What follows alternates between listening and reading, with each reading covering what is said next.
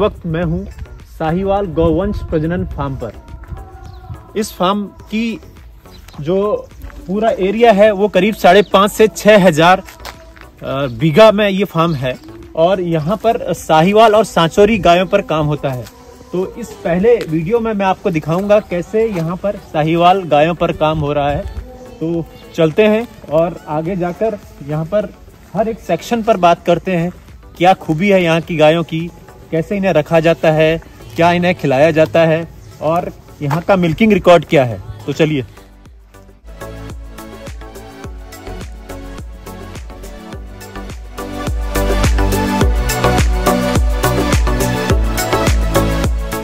Body character, सूर्य भगवान की किरणें आ रही है, उन किरणों में ये गाय बहुत सुंदर लग रही है।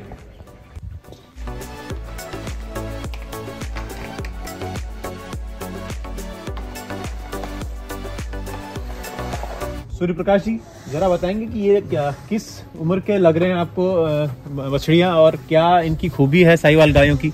ये लगभग 1 से 1.5 साल की उम्र के लग रहे हैं सर। अच्छा। और साहिवाल नस्ल जो देसी नस्ल है, जिसमें अपने दुधारू नस्लों में सबसे ज्यादा दूध देने वाली गाय की नस्ल है ये। अच्छा। जैसे अपने देसी नस्लों को 3 पार्ट में बांटा हुआ है।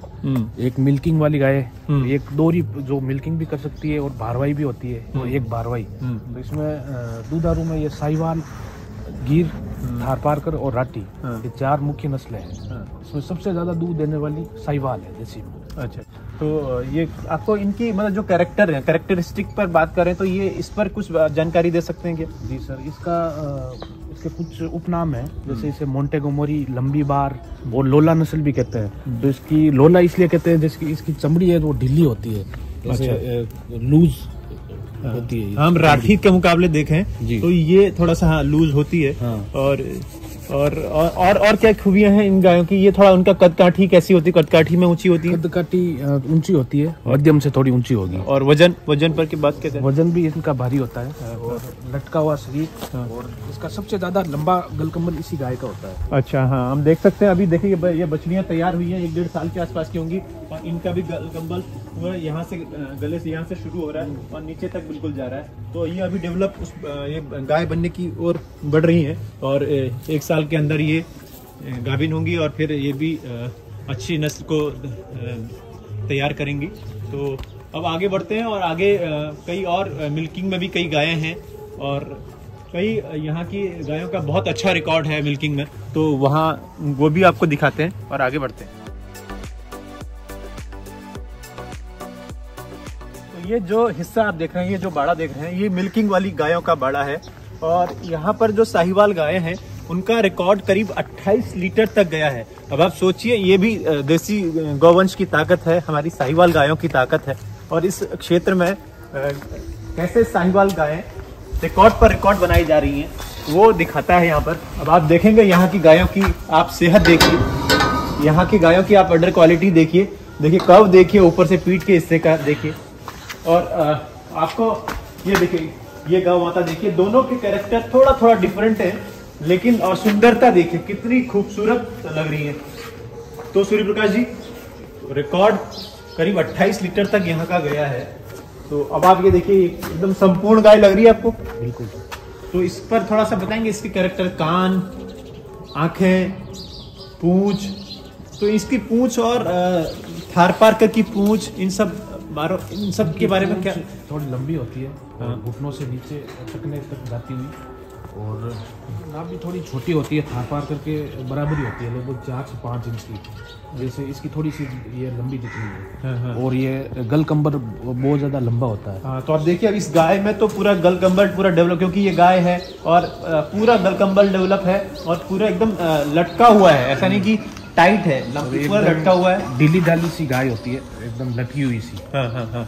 और तो आप इसका जो हम देख रहे हैं अडर, ये कैसा थन की क्वालिटी कैसी लग रही है? थन की क्वालिटी अच्छी है। अच्छा, और गैप पूरा अच्छा है थनों के बीच में। हाँ, तो ये दिखाता है कि हाँ, ये गाय अच्छी दुधारू है और खूबसूरत है।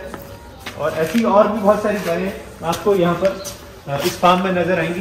कई देखिए गायें मैदान में हैं और कोई भी गायें बांधी नहीं जाती हैं। बहुत कम गायों को मिल्किंग के वक्त थोड़ा सा इनको बांधा जाता है, वरना सारी खुले में घूमती हैं। और ये गवर्नमेंट का प्रजनन फार्म है तो यहाँ पर इनकी देखरेख, इनका खान पान पर बहुत ख्याल रखा जाता है और फिर तब जाकर, और इनका ब्रीडिंग पर अच्छे बुल्स का इस्तेमाल किया जाता है, तब जाकर एक अच्छी नस्ल तैयार होती है। और फिर यहाँ से, तो यहाँ के फार्म से क्या आसपास के खेत जो किसान हैं, गौपालक हैं, वहाँ या कभी यहाँ पर ऑक्शन होता है, किस तरीके से यहाँ से गायें आगे बढ़ती हैं, इसके बारे में कुछ जानकारी दे सकते हैं? यहाँ से जो गाय है तो साल में एक आधी बार करते हैं, जो रिकॉर्ड में या जो ऐसी गाय जो थोड़ी स्तर पे हो, फार्म के स्तर पर, क्योंकि ये सरकारी संस्था है तो यहाँ पर ब्रीडिंग का पैटर्न और वो सारी चीजें अच्छी होनी चाहिए।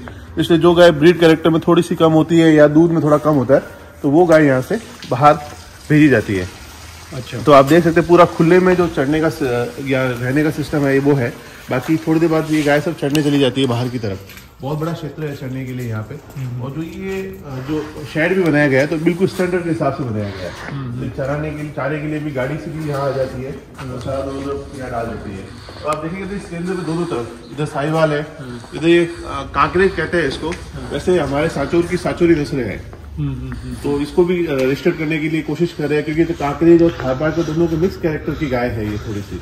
अच्छा, तो ये भी यहाँ पे सांचौरी का भी एक सुंदर प्रयास किया गया है कि इसको भी संवर्धन के माध्यम से तैयार करें। और इधर ये साहिवाल का, तो एक साहिवाल के अच्छे संवर्धन केंद्र की बीकानेर क्षेत्र में बहुत आवश्यकता थी, क्योंकि जब बीकानेर से लूणकरण और बाकी आगे क्षेत्रों में जाते हैं तो उसे मिनी लैंडमार्क भी कहते हैं। उन क्षेत्रों के लिए दूध की जो और मात्रा बढ़े, किसानों को और अच्छी गाय मिले, तो इन केंद्रों के माध्यम से अच्छी गाय तैयार की जा रही है और अच्छे नंदी तैयार किए जा रहे हैं। तो नंदी भी यहाँ से बहुत कम मूल्य पर, अन्यथा किसानों को और ऐसे गांव वाले जो कि अच्छा काम कर रहे हैं उनके लिए निःशुल्क उपलब्ध किए जाते हैं। और दूध में आप देखोगे ना यहाँ पे जी, ये दूसरे तीसरे ब्याज की होगी बछड़ी, आगे खड़ी जो गाय है बड़ी है। अब पीछे लास्ट में आप गाय देखोगे तो बहुत बड़ी हाइट आपको दिखेगी। तो बहुत सुंदर यहाँ काम किया गया है। और आप सामने देख रहे हो तो मिल्किंग का जो एरिया है वो सामने वाला है। तो वहाँ पे भी अभी तो हैंड मिल्किंग का ही सिस्टम चल रहा है। अच्छा, तो सारी गाय अंदर आ जाती है, दूध यहाँ से निकलकर फिर बीकानेर चला जाता है। और उस दूध की वैल्यू ऐसी है कि लोग सुबह सुबह लाइन में खड़े हो जाते हैं। अच्छा, दूध लेने के लिए। मतलब 4:30-5 बजे लाइन लगती है, 7 बजे यहाँ से गाड़ी जाती है, उससे पहले लाइन पे लग जाते हैं। अच्छा, तो इस संस्था वेटनरी यूनिवर्सिटी बीकानेर के द्वारा, और उस समय जब AK गहलोत साहब जब VC रहे उस समय एक उन्होंने सुंदर प्रयास किया कि जो भी HF जर्सी यहाँ गायों के बाड़े बने हुए थे बड़े बड़े और जो संवर्धन हो रहा था उस पे, उसको हटा के उन्होंने देसी गाय को प्रमोट किया और देसी गाय पे काम किया। तो आप देख सकते हैं उसका रिजल्ट एक बहुत कम समय के अंदर साहिवाल में उन्होंने जो किया, 2010-11 के आसपास पचमढ़ा गौशाला से जो सांचौरी गाय यहाँ पे बछड़ी आई थी 200 के लगभग, उन बछड़ियों के संवर्धन के लिए काम किया, तो उसे बहुत अच्छे रिजल्ट मिल रहे हैं। तो कहने का तो रोहित भाई यही है जी कि ऐसी संस्था एक जागरूकता फैलाए और किसानों के लिए भी ये बहुत अच्छे मौका है कि वो इन केंद्रों के माध्यम से इनसे जुड़े, इनसे सीखे। इन केंद्रों के माध्यम से ये प्रयास भी रहेंगे कि जैसे गोबर गोमूत्र से CNG LPG बने, और किसानों के लिए जो बैल के द्वारा भारवाहक यंत्र होते हैं खिंचाव के, वो भी बने। ये एक प्राइवेट आदमी के लिए करना थोड़ा असंभव हो जाता है, सरकारी स्तर पे हो सकता है। सरकारी धन का जो टैक्स पेयर है, जिनकी गो भावनाएं हैं, आज कितना बड़ा पैसा सरकार के पास गाय के रूप में, गाय के टैक्स के रूप में, सेस के रूप में राजस्थान सरकार के पास इकट्ठा होता है, तो वो पैसे ऐसे उन्नत कार्यों पे भी लगे तो ये जरूरी है। क्योंकि गौशालाओं में जिस तरह से गाय अभी स्थिति हो जाती है, क्योंकि वहां पे खिलाने की और बाकी व्यवस्था इतनी सारी ज्यादा संख्या होती है कि हो नहीं पाती है, तो उनके लिए जरूरी है कि वहां पे भी संवर्धन का काम शुरू हो। तो यहाँ इन केंद्रों को देख के बहुत जागरूकता फैली है। तो ये मैं देख रहा हूँ कि यहाँ पर क्या घास के लिए भी इनका फोडर का अपना हिस्से अपने इसी एरिया में होता है, डेवलप होता है। नहर का पूरा पानी आता है, चारा खूब प्रचुर मात्रा में होता है, खुले में भी चल के आ जाती है गाय। तो आप देखोगे ना तो वाइबिलिटी पे ये सेंटर चल रहे हैं। अब सरकारी संस्था वाइबिलिटी पे चले, अब सरकार में कुछ सैलरी वो बहुत ज्यादा होती है तो वो एक अलग सेगमेंट छोड़ दो आप, तो बाकी स्तर पर आप देखो तो पूरा वाइबिलिटी पे चलता है। तो जब ऑक्शन होता है या जब यहाँ से गौमाता दी जाती है तब मतलब सिफारिशें लगती है कि भी हमें चाहिए कि हमें चाहिए। तो एक माइलस्टोन खड़ा हुआ है, तो देसी गाय बहुत जरूरी है और इसको समझना चाहिए हमको। तो साहिवाल के लिए दोस्तों गो राष्ट्रीय यात्रा में यहाँ पर आपको साहिवाल के बारे में पूरी जितनी जानकारी मैक्सिमम हो सकती है उपलब्ध कराए। बाकी इसके अलावा और भी साहिवाल के ब्रीडर से आपको जल्द से जल्द मिलाएंगे। तो ये और भी एक्चुअली में यहाँ पर कई बाड़े हैं जहाँ अलग अलग उम्र के हिसाब से रखा जाता है। नंदी का बाड़ा अलग है और बछड़ों का अलग है, और उनकी जो हिफर्स हैं उनका अलग है। तो ऐसे यहाँ रख रखाव होता है, और शेड पर बहुत अच्छा काम किया गया है, बिल्कुल स्टैंडर्ड के हिसाब से। एक्चुअली हमारे यहाँ पे हवाएं बहुत तेज चलती है, तो थोड़ा बिलो स्टैंडर्ड काम होता है, तो उसमें मतलब दिक्कत हो जाती है कि भी उड़ जाए।